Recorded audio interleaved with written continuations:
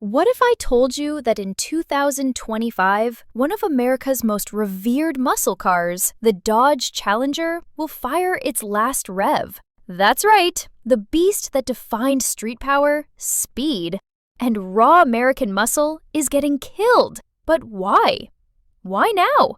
Well, stick around, because in this video, we're digging deep into the actual reason Dodge is putting the Challenger out to pasture, which, believe me, is really more than just emissions. Let's rewind. In 1970, Dodge introduced the Challenger, its answer to the Mustang and Camaro.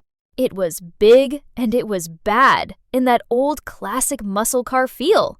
After a long break, it returned in 2008 with a design that was modern and retro at the same time, bridging the divide between the old-school muscle car feel and the 21st century cars. And let's be honest, it looked angrier, louder, and more unapologetically American than ever before. With the Hellcats and Demons and Red Eyes cranking out 700-plus horsepower, the Challenger wasn't merely back, it was the king of the streets. So why end it now? Let's discuss what is actually occurring behind the scenes. First, regulations. Regulations around the world are increasingly mandating fuel economy and emissions rules. The Challenger ain't going anywhere. Not in a world where every automaker, Fiat and electric freight, has sworn off internal combustion, where the cost of burning fuel climbs ever higher, and where the car industry itself is something of a contrivance tapping out a long, lingering coda. Second, EV pressure. Tesla showed that electric cars could be fast. Crazy fast. The barrier to entry for manufacturers like Dodge is too high to ignore the electric vehicle market any longer. So it comes as no surprise that they have revealed the all-electric Charger Daytona SRT that will, to a large extent, take over from the Challenger. Third, money. Dodge isn't ending the Challenger for kicks, it's a business move.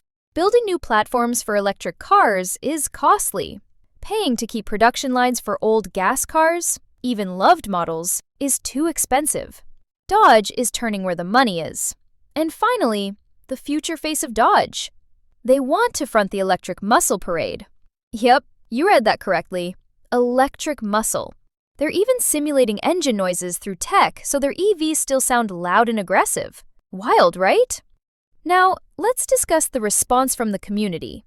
And it's, well, hardcore fans are furious. To them, the car isn't just the Challenger, it's heritage, it's rebellion, it's freedom on four wheels. The loss of it feels somewhat like the end of an era.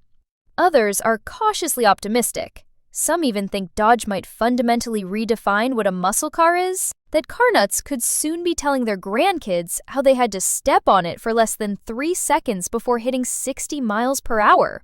But the truth is that no electric motor, no matter how quick, it's something EVs simply cannot fake. The Dodge will end production in 2025. Dodge is issuing special editions in a last goodbye, even models that celebrate the original heyday of muscle. These are not mere cars. They are collectibles.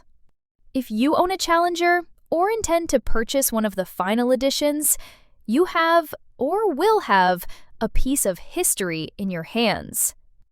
The Challenger has always represented something more than specs or lap times. That is not just about personality, presence, and power. And though the future may belong to the electric car, the sound of a supercharged Hemi engine redlining through an empty tube, that's a memory muscle car fans will never forget. So there you have it. The actual reason why Dodge is saying goodbye to the Challenger in 2025. It's not just about regulations. It's a story about a changing industry, growing electric vehicle pressure, business decisions, and a rebranding of what muscle means in this new time. But the story isn't over. In actuality, it's barely beginning. In tonight's video, I'll deconstruct the new Dodge Charger Daytona EV and answer the big question. Is it truly a muscle car? Or is it marketing hype? I will be uploading that video this Saturday at 5:30 p.m. Eastern Standard. Make sure to subscribe and hit the bell. If you're a true gearhead, Leave me a car emoji in the comments and tell me what you think about the end of the Challenger.